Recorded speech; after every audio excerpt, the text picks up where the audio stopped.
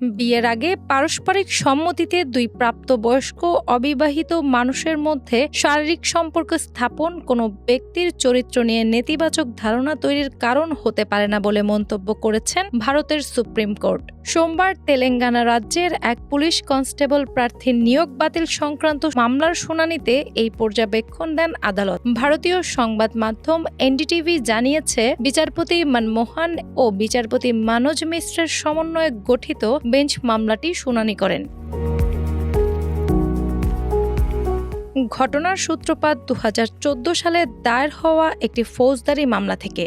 ওই মামলার কারণে Telangana state level police recruitment board প্রার্থীর স্টাইপেন্ডিয়ারি ক্যাডেট ট্রেনি পুলিশ কনস্টেবল পদে নিয়োগ সাময়িকভাবে বাতিল করেছিল। অভিযোগ ছিল, পরিচিত এক নারীকে বিয়ের আশ্বাস দিয়ে তার সঙ্গে শারীরিক সম্পর্ক গড়ে তুলেছিলেন ওই প্রার্থী। পরে 2015 সালে লোক আদালতের মাধ্যমে মামলাটির নিষ্পত্তি হয়। চাকরির আবেদনপত্রে প্রার্থী মামলার বিষয়টি গোপন না করে উল্লেখ করেছিলেন।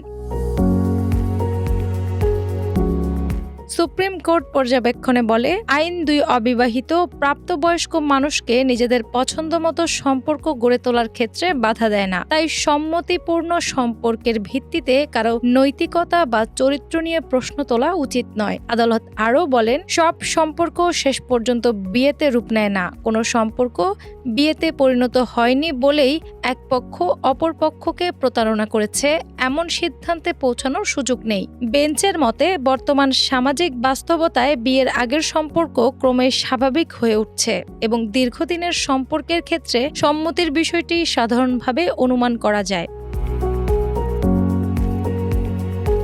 রায়ে বলা হয়, লোক আদালতে আপোষ হওয়া মানেই অভিযুক্ত ব্যক্তি নিজের অপরাধ স্বীকার করেছেন এমন ধারণা সঠিক নয়। এছাড়া কোনো ফৌজদারি মামলা আপোষের মাধ্যমে নিষ্পত্তি হয়েছে বলে নিয়োগকারী প্রতিষ্ঠান স্বয়ংক্রিয়ভাবে নেতিবাচক সিদ্ধান্ত নিতে পারে না, যদি না প্রমাণ থাকে যে অভিযোগকারীকে চাপ বা জোর করে আপোষের বাধ্য করা হয়েছিল। প্রথমে নিয়োগ বোর্ড মামলাটিকে নৈতিক স্থলনের প্রতিফলন হিসেবে উল্লেখ করে নিয়োগ বাতিল করেছিল। পরে তেলেঙ্গানা হাইকোর্টের এক বেঞ্চ সেই সিদ্ধান্ত বাতিল করে পুনর্বিবেচনার নির্দেশ দেয়। পুনর্বিবেচনার পরও বোর্ড একই সিদ্ধান্ত বহাল রাখলে একক বেঞ্চ আবারও প্রার্থীকে নিয়োগ দেওয়ার নির্দেশ দেন। তবে পরবর্তীতে ডিভিশন বেঞ্চ সেই আদেশ বাতিল করলে তিনি সুপ্রিম কোর্টে আপিল করেন। আদালত উল্লেখ করেন, প্রার্থী ও অভিযোগকারী দীর্ঘদিনের পরিচিত এবং প্রতিবেশী ছিলেন। আপোষের ক্ষেত্রে ভয়ভীতি, হুমকি বা বল প্রয়োগের কোনো প্রমাণও পাওয়া যায়নি। বেঞ্চ আরও বলেন, প্রতারণার অভিযোগ প্রমাণের জন্য মূল সাক্ষী ছিলেন অভিযোগকারী নিজেই, কিন্তু তিনি মামলাটি আর এগিয়ে নিতে চাননি এবং আপোষের পক্ষে সম্মতি দিয়েছেন। এসব বিবেচনায় আদালত সিদ্ধান্তে পৌঁছায় যে প্রার্থীর বিরুদ্ধে নৈতিক অযোগ্যতার অভিযোগ প্রতিষ্ঠার মতো যথেষ্ট ভিত্তি ছিল না। একই সঙ্গে সুপ্রিম কোর্ট ভবিষ্যতে নিষ্পত্তিকৃত ফৌজদারি মামলার জড়িত প্রার্থীদের মূল্যায়নের ক্ষেত্রে নিয়োগদাতাদের জন্য নীতিগত দিক নির্দেশনাও দিয়েছে।